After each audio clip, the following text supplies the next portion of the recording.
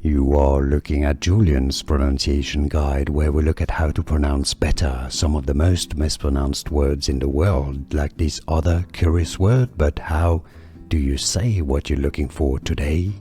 Buenos dias. We are looking at how to pronounce this name, known as Julien in English. That's how you pronounce it. But how do you say it in Spanish?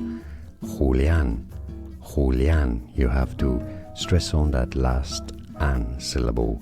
Julian. You can replace the h sound with an h if you cannot pronounce it very well and say Julien. Julien. Otherwise, the correct way is Julien. It's easy. And now you know. More videos for you here to learn more. See you there. Thanks for watching. Here are more videos on how to pronounce more confusing words and names too many mispronounced. Like this video if you found it useful. I appreciate your support. I'll see you soon and thanks for watching.